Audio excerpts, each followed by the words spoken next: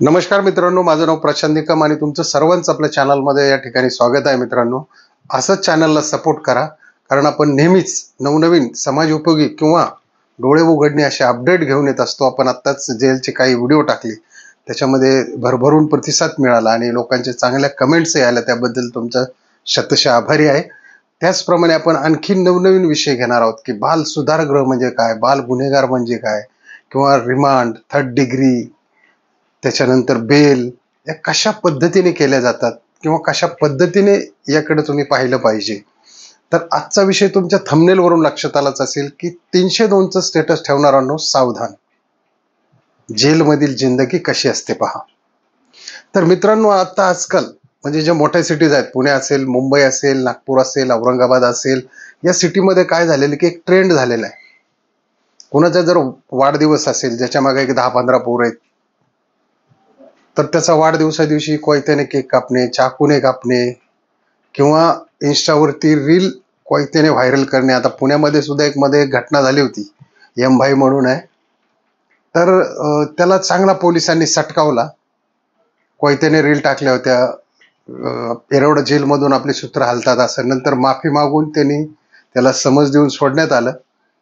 पण या ठिकाणी पोलिसांच्या प्रशासनाच्या ताब्यात सापडल्यानंतर चांगले सटके बसतात अशा नवीन उभरत्या बाईंना. मग त्यांना कळतं की हे करायला नाही पाहिजे. पण हे सर्रास चालू आहे मित्रांनो. आज 18 ते 30 हा जो वयोगट आहे, हा पूर्ण गुन्हेगारी क्षेत्राकडे वळालेला आहे. कारण त्यामध्ये आता काय झालेलं आहे, एकतर तरुण मुलांची लग्न होत नाही, बेकारांची लग्न होत नाही. त्याच्यामध्ये सगळ्यात महत्वाची गोष्ट, याच्याकडे आईवडिलांनी दुर्लक्ष करू नये. ज्यावेळेस तुमचा मुलगा 18 वर्षाचा होतो, 18 वर्ष एक दिवसात जरी झाला तरी त्याला तिथे जन्मठेप लागू शकते, कुठल्या गुन्ह्यात जर तो अडकला तर.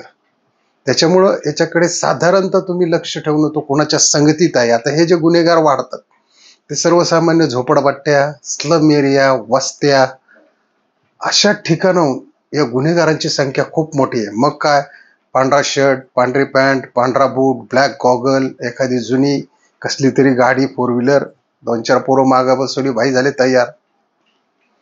मग असा भाई ज्यावेळेस, त्याच्यावरती 1-2 FIR किंवा असतात अगोदरच पोलीस स्टेशनमध्ये, हा जर पोलिसांच्या कचाट्यात सापडला तर पोलीस याला MPDA म्हणजे महाराष्ट्र प्रिव्हेन्शन डेंजरस ऍक्टिव्हिटी याच्या खाली अटक न करता त्याला डायरेक्ट ताब्यात घेऊन हद्दपार डिटेन करू शकतात, किंवा त्याच्यामध्ये त्याला 1 वर्षाची शिक्षा पण होते, जेलची.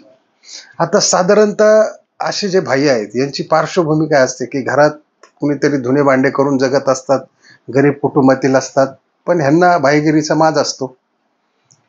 मग ह्यांना ज्यावेळी जेलमध्ये शिफ्ट केलं जाते या भाईंना, त्यावेळी यांना काय कोणी मनी ऑर्डर पाठवू शकत नाही, यांच्या कोणीही कामाला येणार नाही, मित्र नाही, कोणी नाही, काय नाही. उलट यांच्यापासून दूर जातात. भेटले राम राम श्याम श्याम, काय असेल केलं. मग अशात काय होतं की हे जे भाई लोक आहेत, जे बाहेर पांढरा शर्ट, पांढरे पॅन्ट, बूट पांढरा, एखादा जुन्या बाजारातला गॉगल, एक 100-200 रुपयाचा, ह्यांची जेलमध्ये एंट्री झाली रे झाली. यांच्याकडे 2 कपडे असतात का माहित नाही, कारण हे अंडर ट्रायलवर असतात. मग त्यांना काय केलं जातं, त्या ठिकाणी त्यांना एक खराटा दिला जातो त्यांच्या हातामध्ये.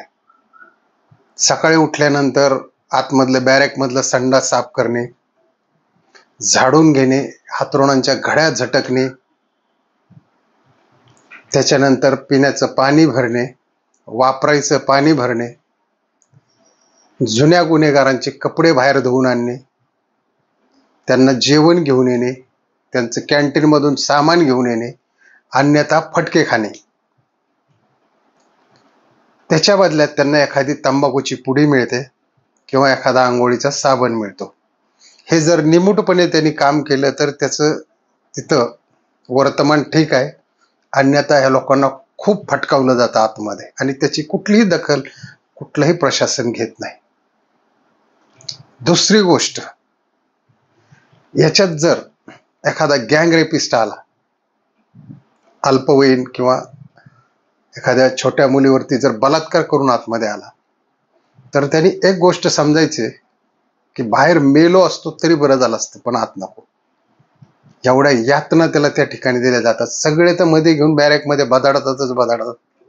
वरून त्याला सगळी कामं करायला लावून खूप नीच दर्जाची वागणूक, म्हणजे त्यांनी नीचच काम केलेलं असतं.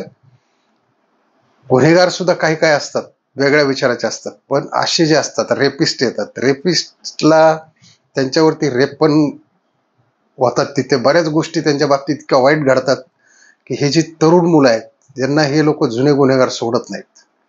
90% बाहेर आल्यानंतर परमेश्वराच्या चरणी प्रार्थना करतात की देवा आता ही जेलची वारी नको. म्हणजे इतक्या भयानक पद्धतीचा तुम्हाला तिथे त्रास होतो. 12ही महिने तुम्हाला थंड पाण्याने कंपल्सरी रोज आंघोळ करावी लागते. आजारी पडल्यास कुठल्याही पद्धतीची तुम्हाला योग्य ती अशी काही चांगली ट्रीटमेंट मिळत नाही, कारण तुम्ही काही स्वतःच्या घरी नसता. त्या ठिकाणी तुम्हाला फार फार 1-2 टाईपच्या गोळ्या ज्या रेग्युलर असतात त्याच दिल्या जातात. अन्यथा विचारणी केली जाते काय आहे काय नाही. नाही तर तिथं सुद्धा फटके दिले जातात. त्या फटक्यांना घाबरून निम्म्या अर्धे जे भाई आहेत हे पहिलेच मागं फिरतात, कारण या ठिकाणी कुठली तमा न बाळगता ही शिक्षा. कारण हे काय मित्रांनो कुठलं टुरिझम प्लेस नाहीये की जिथे तुम्हाला या ठिकाणी चांगल्या पद्धतीची राईस प्लेट, मग तर सगळं गावच्या गाव जेलमध्ये जाऊन बसते. फक्त एक तोकडं जेवण असतं, पोट थोडस भरेल असं जगण्यापुरतं, तेही बेचव, तिखट नाही, त्यात मीठ नाही, तेल नाही. कशा तरी पद्धतीने त्या चपात्या बिगर तेलाच्या कशा तरी जाड जाड केलेल्या, कसल्या तरी पद्धतीचा रेशनिंगचा निकृष्ट दर्जाचा राईस, याच्यावरती तुम्हाला जगायचे. कारण ही तुमची शिक्षा आहे. तुम्ही केलेला जो गुन्हा आहे बाहेर, जे नीच काम केलेलं आहे त्याच्या आतमध्ये ही तुम्हाला शिक्षा खूप मोठ्या प्रमाणात भोगावी लागते. बरं तर बरं, ह्यांच्या जे MPDA मध्ये येतात, म्हणजे झोपडपट्टी दादा, जे हातभट्टे चालवणे किंवा अंमली पदार्थाची तस्करी करणे किंवा समाजाला धोकादायक ठरणे, अशा माथे फिरूंना या ठिकाणी त्यांच्या मुलाखती सुद्धा घेऊन देतल्या जात नाही. किंबहुना त्यांच्या घरच्यांना तिथपर्यंत येण्या जाण्यापुरते पैसे सुद्धा नसतात, वकिलांना द्यायला सुद्धा पैसे नसतात. म्हणजे ह्यांना कंपल्सरी ती जी शिक्षा झालेली ती शिक्षा तिथे काढावीच लागते. तरी सुद्धा अशा गुन्ह्यात काही बेअक्कल परत परत जातात. त्यांना मात्र मग खूप त्रास होतो, मग ठोकलं जातं तिथं. तर ह्या पद्धतीने मित्रांनो जे नवीन भाई तयार होतात, मला त्यांना सांगायचे की तिथे तुम्हाला बाळांनो 1 फुटामध्ये झोपावं लागतं. 1 फूट एका अंगावरती. जेलमध्ये कायदा आहे, धक्का लागे बुक्का. कैची झोपवतात. दोन्ही साईडला, भिंतीच्या दोन्ही साईडला कैदी असतात झोपलेले, आणि मध्ये जी जागा असते त्याच्यात एकाचं तोंड इकडं, एकाचे पाय इकडं, अशा पद्धतीने झोपवलं जातं. इथं काय तुम्हाला ऐशोआरामात घरी टीव्ही बघता बघता झोपवलं दिलं जात नाही. कारण इथं तुम्ही आईवडिलांना त्रास देऊन, त्यांनी सांगून सांगून सुद्धा न ऐकता जे कृत्य करून आतमध्ये जातात, त्यानंतर तुमच्या लक्षात येतं की जेल हा एक पृथ्वीवरचा साक्षात नरक आहे. जेलमध्ये जाणं म्हणजे खूप भयानक, त्या माणसाचं एक दुनियाच बदललेली असते. कारण आतमधला रिवाज वेगळा असतो, बाहेरचा रिवाज वेगळा असतो.